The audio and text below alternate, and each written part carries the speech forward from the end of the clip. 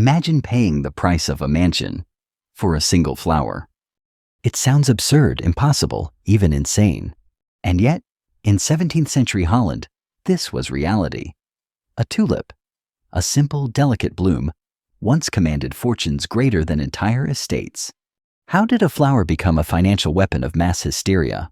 And why does this story echo eerily in today's markets? To understand this, we need to step back to a world very different from ours, yet not as different as you might think. The year is 1630. The Dutch Golden Age is at its peak. Trade is booming, and wealth is flowing into the hands of merchants, bankers, and speculators. But beneath the prosperity, a peculiar obsession was about to take root, one that would grip a nation in a frenzy of desire and risk. Tulips arrived in Europe from the Ottoman Empire in the mid-16th century. Their exotic colors and striking shapes made them a novelty among the wealthy elite. But it wasn't just their beauty, it was their rarity. Certain varieties, especially those with vivid streaks and patterns, were scarce and difficult to cultivate.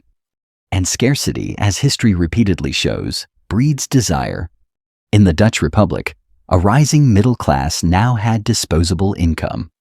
Merchants, shopkeepers, and even craftsmen started collecting tulips, treating them as status symbols. A single rare bulb could display your wealth and taste better than any luxurious home or carriage. But what began as admiration soon transformed into something more dangerous: speculation. By the 1630s, the tulip market had evolved into a full-blown speculative frenzy. People weren't just buying flowers, they were trading contracts for bulbs that hadn't even been planted yet. These futures contracts allowed buyers to agree to purchase a tulip at the end of the season, betting that its value would rise. And rise it did, sometimes astronomically. Some of the rarest tulips, like the Semper Augustus, sold for the equivalent of tens of thousands of dollars in today's money, more than a luxurious canal-side home in Amsterdam. Ordinary citizens, eager not to miss out, took on enormous financial risk. Even skilled professionals, merchants, lawyers, and artisans found themselves caught in the fever. Despite the dizzying prices, there was no regulation, no safety net, no understanding of the psychological trap forming. This was the first modern speculative bubble, a cautionary tale in real time. Every bubble has a moment when reality intrudes. For Tulip Mania, it came in February 1637. Suddenly buyers vanished, contracts went unsigned, auctions failed to attract bidders, and panic spread like wildfire. Why did it collapse? Human psychology and market mechanics intertwined. As prices soared beyond what even the wealthiest could justify, confidence evaporated. Panic selling ensued, and in a single season, fortunes evaporated. People who had invested their entire savings in tulip contracts found themselves bankrupt overnight. The Dutch economy didn't crumble. This was not a systemic financial crisis, but the human cost was immense. Social trust was shaken, reputations ruined, and a cultural scar was left behind that would be remembered for centuries. Governments attempted interventions, contracts were renegotiated, courts intervened, and some bulbs were exchanged for partial debts, but the damage was done. The lesson was clear: markets can irrationally inflate, and no amount of beauty or utility can guarantee value when human psychology is at play. Historians often debate whether Tulip Mania was the first financial bubble or simply the most famous early example.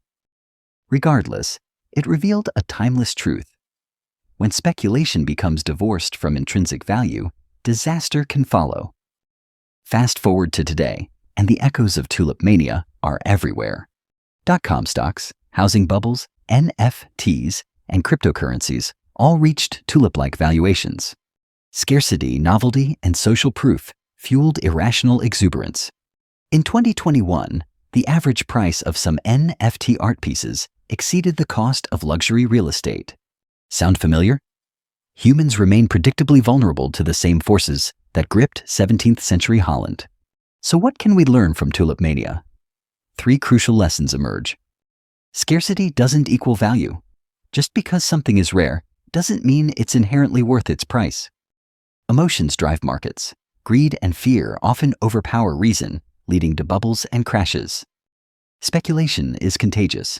When others profit from hype, it's easy to ignore fundamentals, but the crash is inevitable. Tulip Mania may be centuries old, but its warning is timeless. Human psychology is constant, and history tends to repeat itself.